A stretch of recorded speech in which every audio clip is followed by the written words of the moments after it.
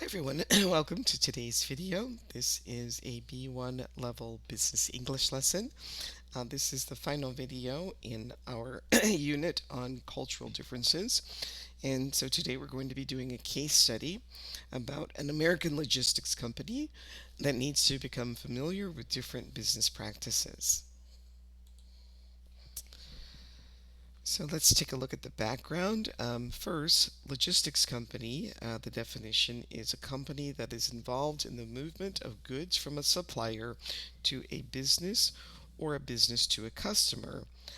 For example, order processing, packing, and shipping services. So let's read the background and the task. Neale is an American logistics company that has partnerships with several businesses in different countries. Neale hopes to partner with a Japanese logistics company called Misiwa in the next year to expand East Asian operations. This week, representatives from Neale will visit Japan for the first meeting between the two companies. You are manager of operations at Neale. Your company is hoping to partner with its first Japanese company, but nobody on your team has any experience doing business in Japan. You need to prepare your colleagues to conduct business in Japan, a country with an unfamiliar business culture, to ensure a successful relationship between the two companies.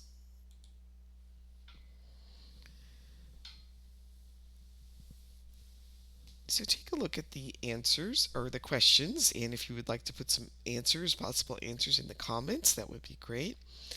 How could you find out more about doing business in Japan? And what topics do you think your team will need to know about? So one of your team members, Marco, has a friend, June, who has just returned to the US after spending a year in Tokyo, Japan. Marco decides to ask June about his experiences so that he can share them with you. Look at the pictures and what do you think June will say to Marco?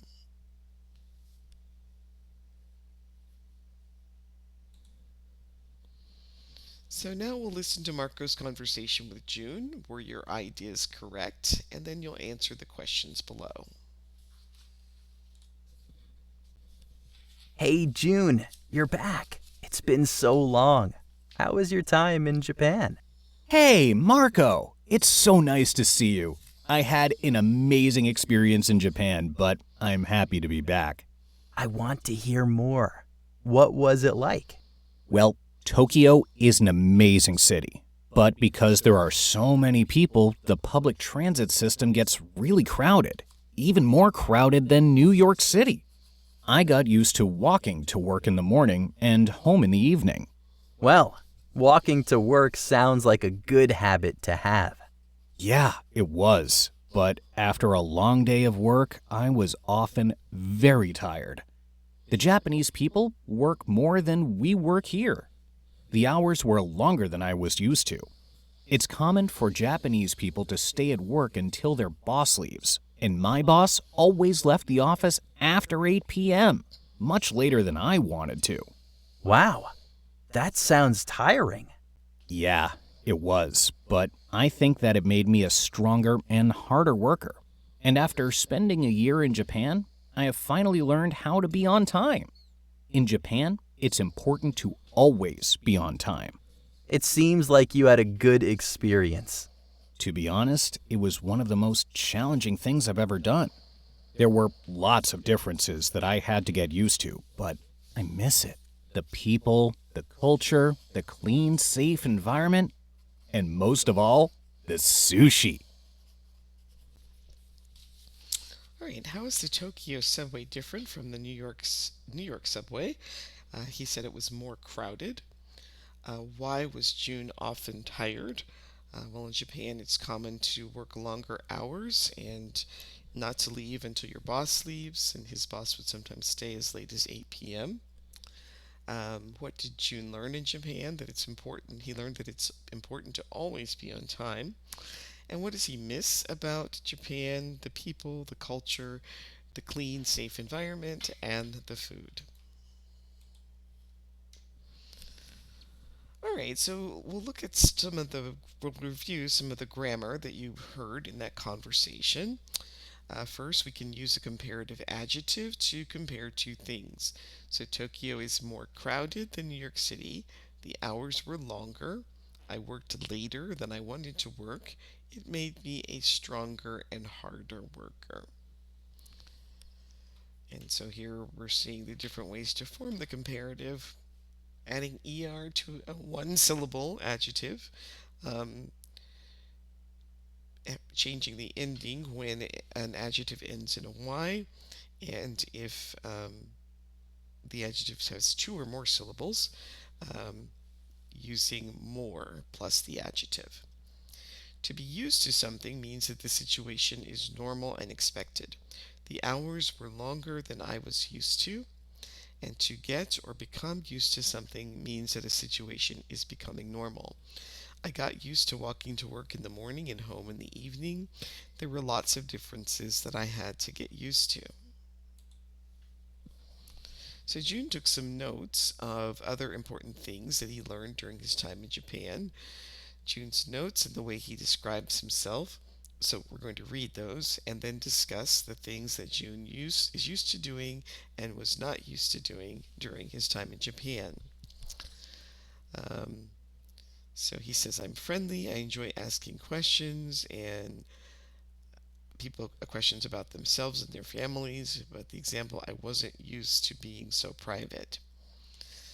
Okay, in his notes, it said, be patient. Trying too hard to close a deal quickly doesn't work. Um, so he wasn't used to taking his time or being patient in order to get something done. Age is important. Greet the oldest person first. He had to get used to that because he didn't think age was important. Wear simple clothes. He had to get used to wearing simple clothes because he often wears clothes with bright colors. And always compliment the whole group and not a single person. A single arrow is easily broken, but not 10 in a bundle. So he had to get used to complimenting the whole group because he likes to praise one person if they did a good job. So after hearing from Marco about June's experiences in Japan, you decide to look online to see what other information you can find. So you're going to read an article about business etiquette in Japan. Look at the pictures and the headings. What do you think the article will say about each of these?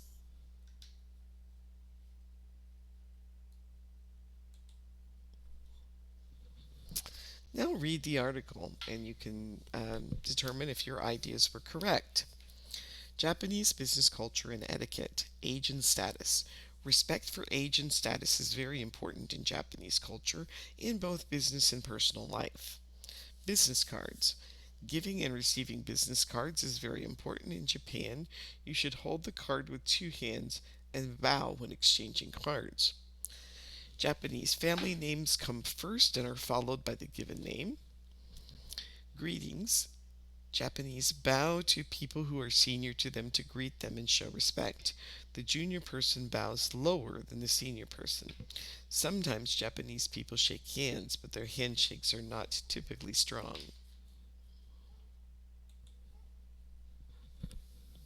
Eye contact. Japanese people avoid direct eye contact.